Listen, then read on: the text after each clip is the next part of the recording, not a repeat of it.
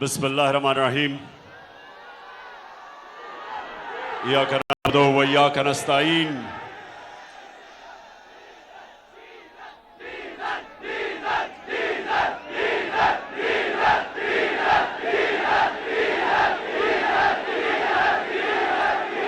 जी ननकाना,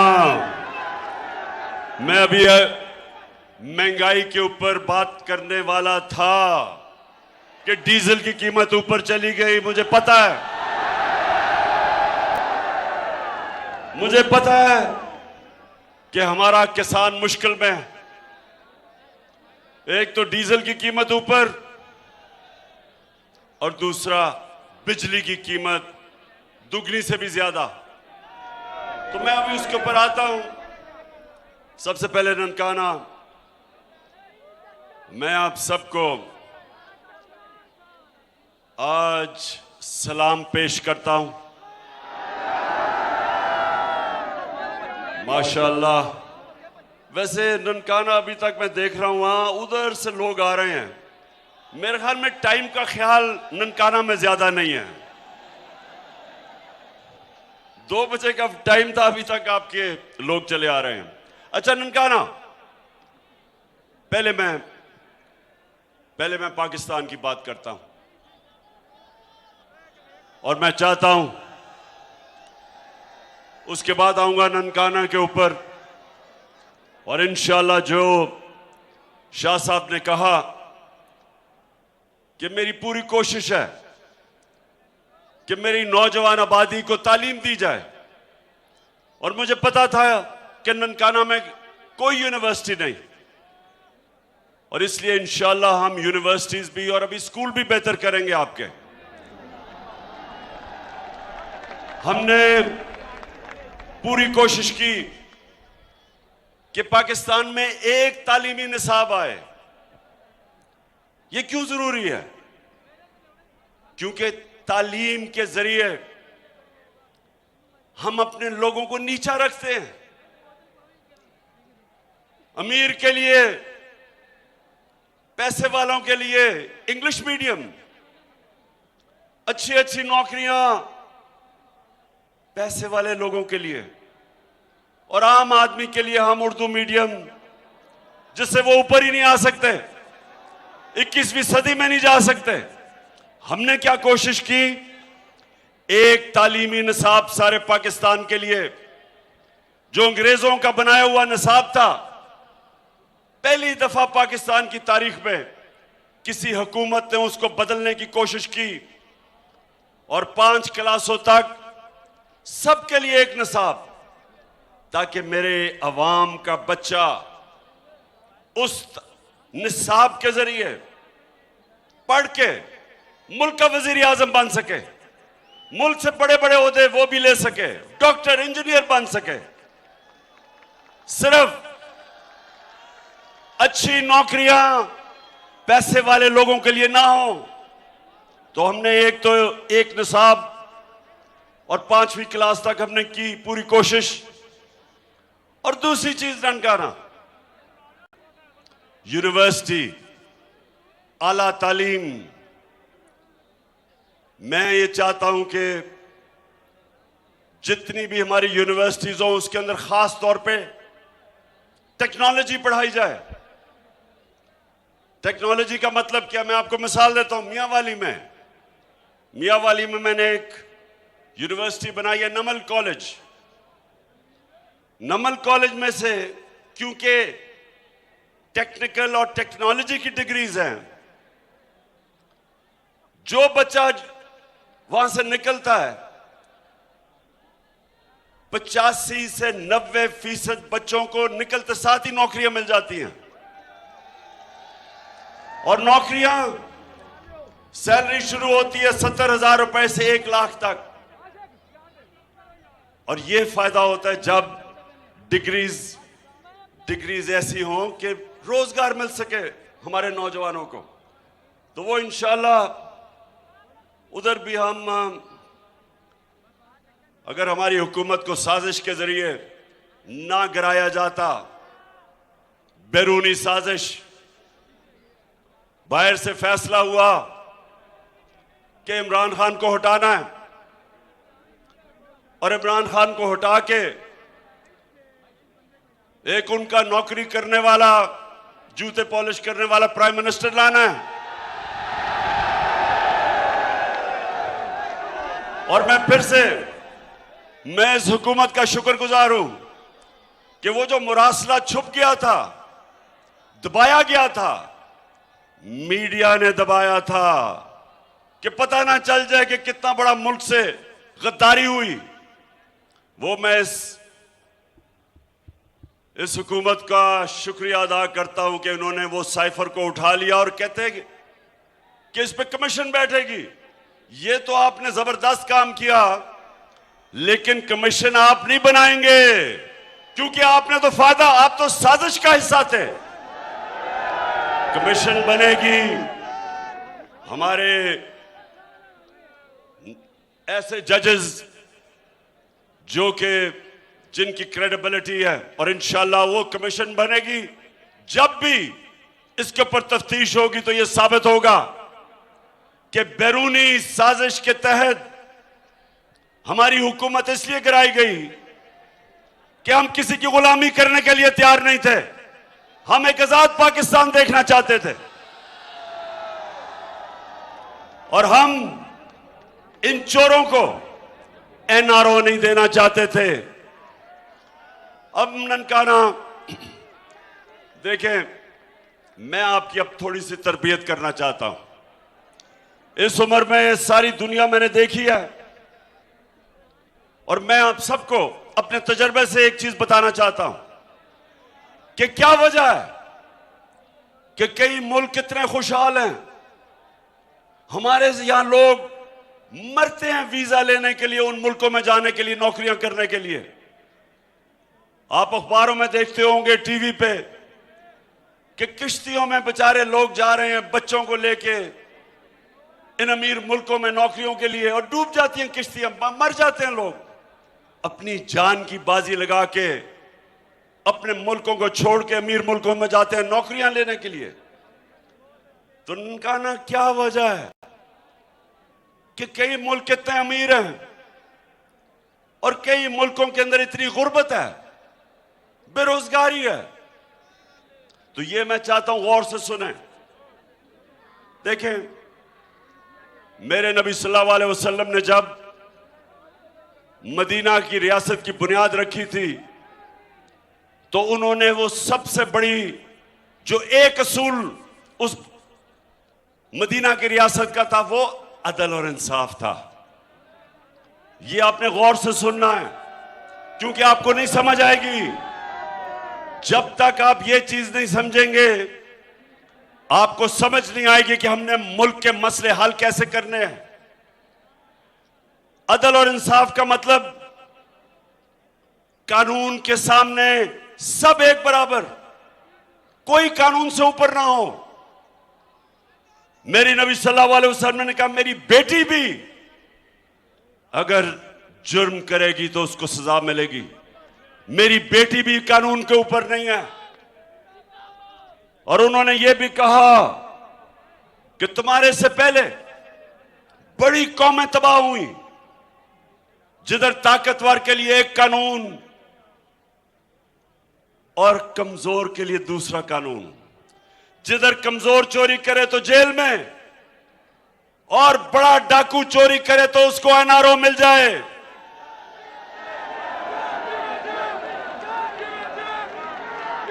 सिर्फ जिन मुल्कों के अंदर आज, वो 1500 साल पहले मेरे लीडर ने कहा था, आज आप दुनिया का नक्शा उठा के देख लें, एक चीज फर्क करती है अमीर और गरीब मुल्कों में। खुशहाल मुल्क और जिस मुल्क में गुर्बत है, एक चीज फर्क करती है, जितना अमीर मुल्क उतना ज्यादा इंसाफ,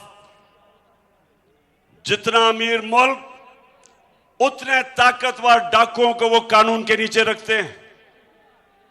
जितना गरीब मुल्क, हमारे वाला हाल है वहां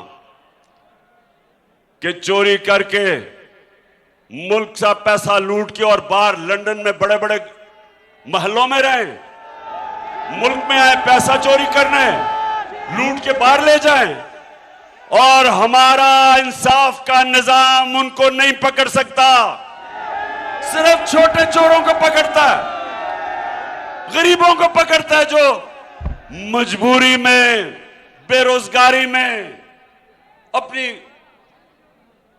बच्चों को खाना खिलाने के लिए, घर में बीमारी है, पैसा नहीं है, वो जो मजबूरी में, ऐसे भी लोग हैं, कई तो वैसे चोरी करते हैं, लेकिन कई लोग बेचारे मुश्किल वक्त में साइकिल चोरी, मोटरसाइकिल, गाय भैंस, वो तो जेलों में चले जाते हैं। 6 महीने की सजा, वो 6 साल बेचारा गरीब आदमी जेल में रहता है।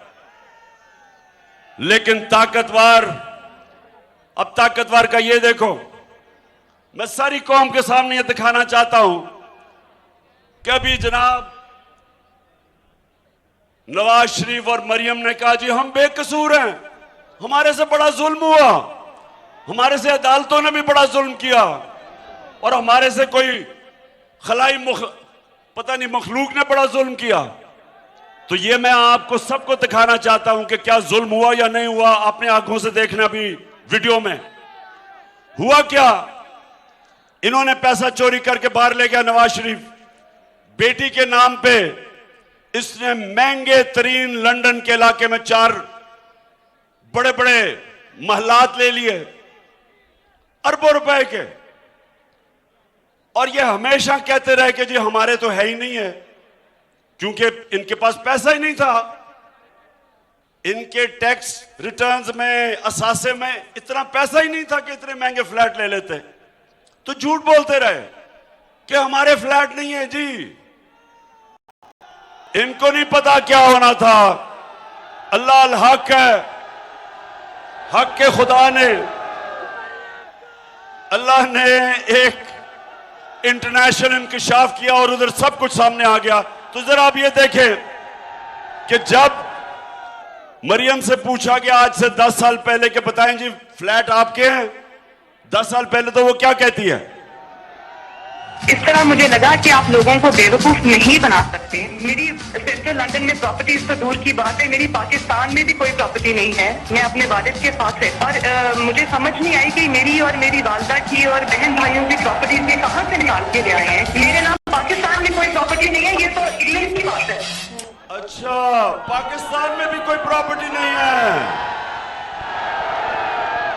बेचारा अगर उसको कोई, आप कोई उसको अपने घर में ठहरा लें, बेचारे के पास कोई प्रॉपर्टी नहीं है।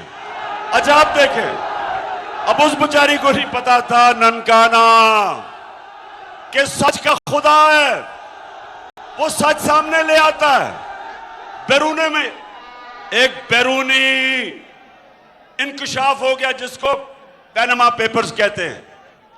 जब वो इंकशाफ हुआ तो उसमें यह आ गया कि जनाब ये 4 बड़े बड़े महलात इनकी मालिका मरियम बीबी है।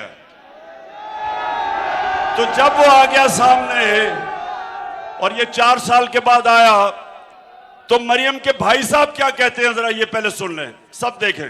को तस्लीम करता हूँ कि अल्हम्दुलिल्लाह पाक लेन के ऊपर जो अपार्टमेंट्स हैं वो अल्हम्दुलिल्लाह हमारे हैं।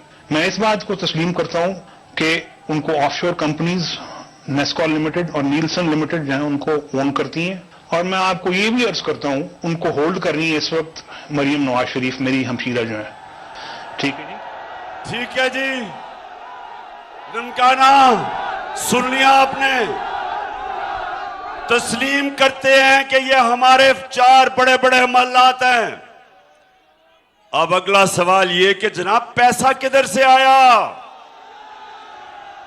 रसीदें तो दिखाओ। तो जब मरियम से पूछा गया कि वो पैसा किधर से आया, अच्छा तो जब, अब वो ये तो नहीं कह सकती थी कि मेरे बाप ने पैसा दिया है, क्योंकि बाप अगर कहता तो वो पकड़ा जाता, वो प्राइम मिनिस्टर था, उसके पास तो कोई असासे थे नहीं, उसने दिखाए नहीं थे। इसका मतलब अगर बाप कहता तो वो चोरी का पैसा था। तो मरियम क्या कहती, जरा ये सुन ले आप। हुसैन के पास आज जो भी है वो एक अरबपति दादा के पोते हैं। उस अरबपति दादा के पोते हैं जो 1960s और 70s में पाकिस्तान का अमीर तरीन इंसान था। ये जो एसेट्स हैं, ये जो बिजनेस के लिए पैसा है, ये सारा दादा से डायरेक्टली बच्चों को ट्रांसफर हुआ। सुन लिया ना? अब बाप का तो कह नहीं सकती थी, तो उसने कहा मेरे दादा का पैसा था। अब दादा से किसने पूछना था? वो तो अल्लाह के पास चला गया था। तो किसने कहना था? जी दादा का पैसा था, दादा की वजह से हमने ये महंगे महंगी जगह ले ली। लेकिन फिर सुन लो, ननकाना वो हक का खुदा है, सच का खुदा है। वो क्या, अब जो मरियम का दादा था वो शहबाज शरीफ का बाप था, ठीक है ना? ठीक। अब शहबाज शरीफ अपने बाप के मुतालिक यानी मरियम के दादा के मुतालिक क्या कहता है, ये सुन लो।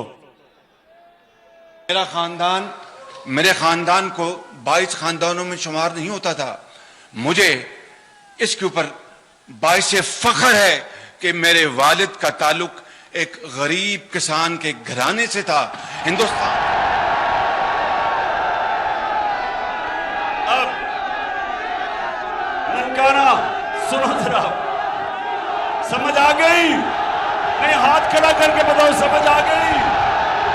हाँ, मैं ये बताना चाहता था कि तुम कितने झूठ बोलोगे, चोरी छुपाने के लिए क्या क्या करोगे।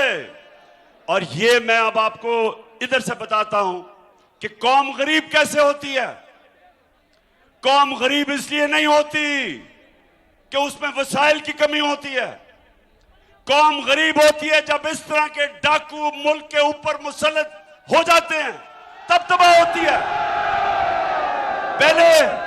पहले ये चोरी करते हैं, पहले ये चोरी करते हैं, उसके बाद वो, क्योंकि वो पैसा नजर आ जाए, अगर वो पाकिस्तान में रखे, अरबों रुपए बिस्तर के नीचे तो नहीं रख सकते, बैंकों में रखेंगे तो लोग पूछेंगे किधर से पैसा आया, तो वो चोरी करके पैसा मुल्क से बाहर भेजते हैं, जिसको मनी लॉन्ड्रिंग कहते हैं। डॉलर लेके पैसा बाहर भेजते हैं, उससे मुल्क में, ननकाना नौजवानों सुनो, ये क्या हो रहा है आपके मुल्क के साथ। जब वो डॉलर लेके बाहर भेजते हैं तो मुल्क में डॉलरों की कमी होती है। जब डॉलर की कमी होती है, रुपए की कीमत गिर जाती है।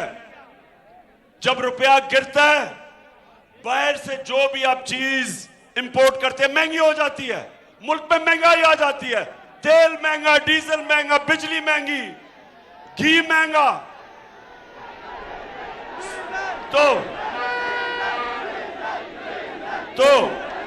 अब ये सुने, अब हो क्या रहा है मुल्क के साथ। पहले ये पैसा बाहर भेजा, अब पैसा बाहर भेजने के लिए इनको मुल्क के इदारों को कमजोर करना पड़ता है। ये मुल्क के पहले एफबीआर के ऊपर अपना आदमी रखाते हैं, ये फिर नैब के ऊपर अपना आदमी रखवाते हैं, एफआईए के ऊपर अपना आदमी रखवाते हैं।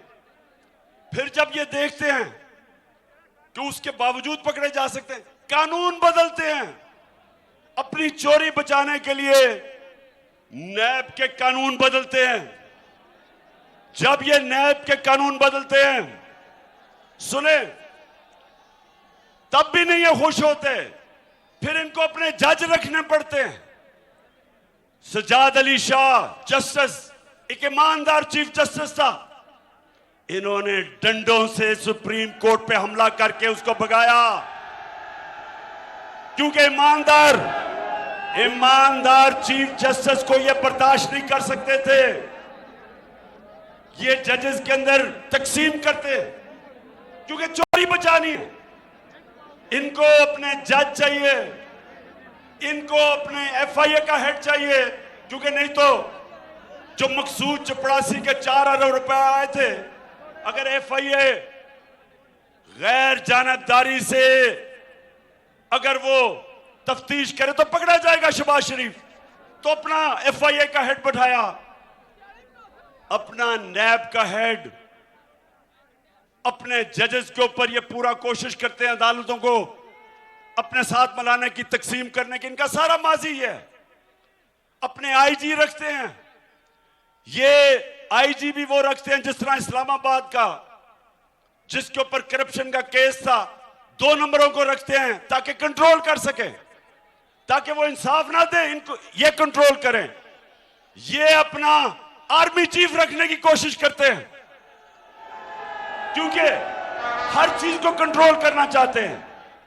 मेरिट की कत्लेआम होती है, कानून की बालादस्ती तबाह होती है, जंगल का कानून आ जाता है, और फिर जब ये इनकी चोरी जब कोई नहीं पकड़ता तो किसी भी ताकतवर की चोरी नहीं पकड़ी जाती, मुल्क लूटा जाता है, मुल्क मकरूज हो जाता है।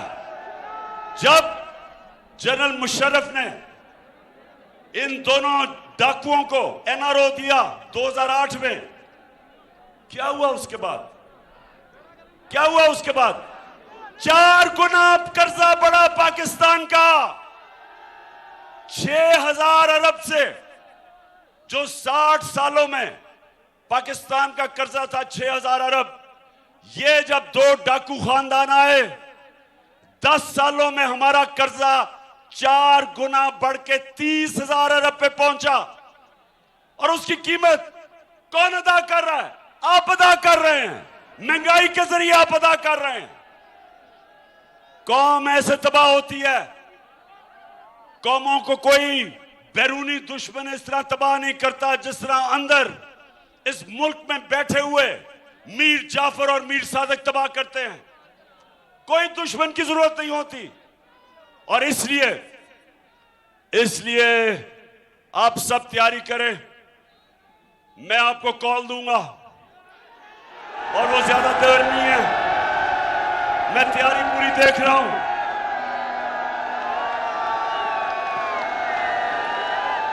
मैं पूरी तैयारी कर रहा हूं, मैं कॉल दूंगा, लेकिन उससे पहले ये सारे चोर जमा होके हर किस्म की कोशिश कर रहे हैं कि किसी ना किसी तरह ये मुझे और मेरी पार्टी को किसी तरह पब्लिक की नजर में गंदा करें। और वो क्या कर रहे हैं? गंदी गंदी वीडियो तैयार कर रहे हैं, गंदी गंदी वीडियो, वो डीप फेक वीडियोस मैं भी आपको दिखाऊंगा। वो घर में बैठ के नई टेक्नोलॉजी के जरिए गंदी वीडियोस और फिर टेप्स दिखा रहे हैं, ऑडियो टेप्स। मैं अदालत में जा रहा हूं कि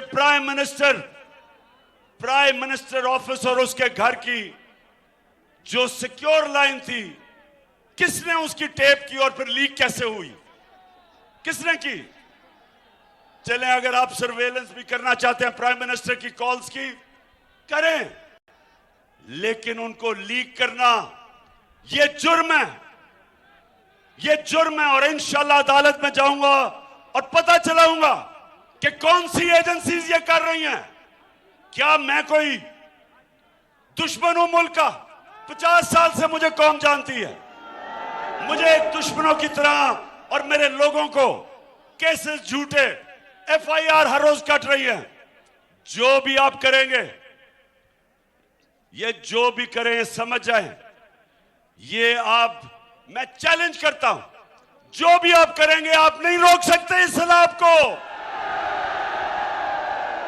ये जो पाकिस्तान में इनकलाब आ रहा है, कोई नहीं रोक सकता। मेरा चैलेंज है आपको, जो भी करना है, गंद उछालना है, गटर में गिर के अपने मुल्क की अखलाकियात तबाह करनी है, अपने आप को बचाने के लिए, ये आपको कुछ नहीं बचा सकता।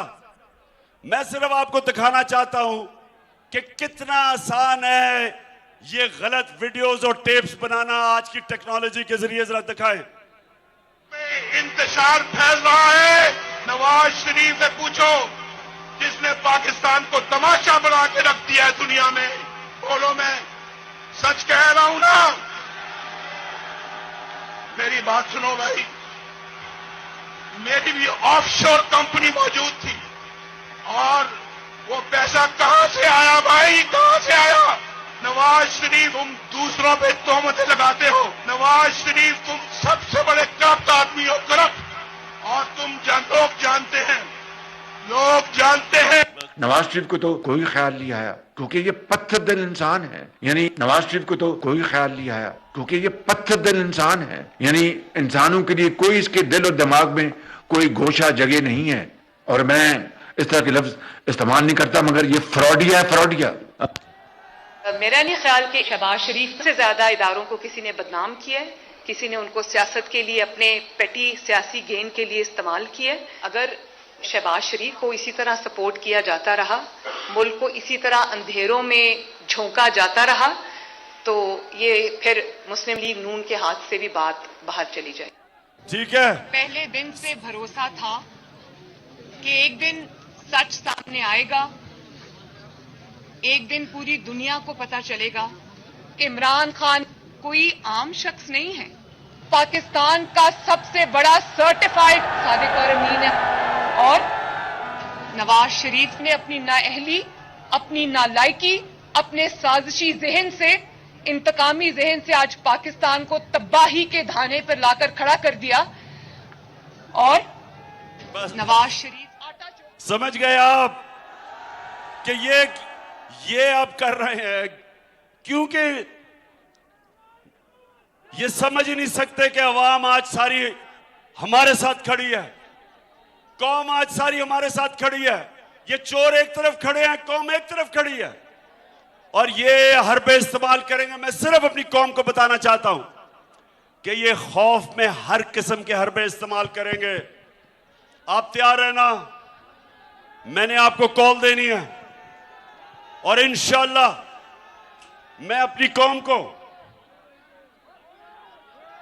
मैं अब सारी कौम को तैयार कर रहा हूं इस कॉल के लिए। और मैं अब चाहता हूं कि आपने सब ने मेरे साथ एक, अच्छा हाँ, मैं उससे पहले इतनी तादाद में जो नानकाना में मेरी बहनें आई हैं, मैं आपको सबको सलाम करता हूं। अच्छा, अब आप सब ने मेरे साथ अब हल्फ लेना है। बिस्मिल्लाहिर्रहमानिर्रहीम। बिस्मिल्लाहिर्रहमानिर्रहीम। हाथ खड़ा करके, हाथ खड़ा करके, हाथ खड़ा कर। मैं यहां से पढ़ूंगा, आपने वहां से रिपीट करना है उसको। बिस्मिल्लाहिर्रहमानिर्रहीम। बिस्मिल्लाहिर्रहमानिर्रहीम। सबने हम हल्फ उठाते हैं, हम हल्फ उठाते हैं कि हम पाकिस्तान के आइन की, कि हम पाकिस्तान के आइन की हमेशा पासदारी करेंगे, हमेशा पासदारी करेंगे। हम पाकिस्तान की खुद मुख्तारी का, हम पाकिस्तान की खुद मुख्तारी का तहफ़्फ़ुज़ करेंगे, तहफ़्फ़ुज़ करेंगे। कि हम कभी भी अल्लाह के सिवा किसी के सामने नहीं झुकेंगे, किसी के सामने नहीं झुकेंगे। और हम पाकिस्तान की हकीकी आजादी की इस जिहाद में, हम पाकिस्तान की इस हकीकी आजादी की जहाद में आखिर तक इमरान खान के शाना बशाना जद्दोजहद करेंगे। मेरे साथ शाना बशाना जद्दोजहद करेंगे, हाथ खड़ा करके। हाँ, और हम हर किस्म की कुर्बानी के लिए तैयार रहेंगे, हम हर किस्म की कुर्बानी के लिए तैयार रहेंगे। अल्लाह हम सबका हामी और नासिर हो, अल्लाह हम सबका हामी और नासिर हो। आमीन आमीन। पाकिस्तान। ननकाना, मैं आपका शुक्रिया अदा करता हूं दिल से, इतनी तादाद में और गर्मी में आप आए, आपका शुक्रिया। और इंशाअल्लाह अल्लाह ने मौका दिया, मैं फिर से ननकाना आऊंगा आपके पास। अल्लाह ने मौका दिया आके, और इंशाअल्लाह हम अपने ननकाना को उठाएंगे, हम इसको एक इंशाअल्लाह खुशहाल सारी डिस्ट्रिक्ट बनाएंगे। पाकिस्तान जिंदाबाद।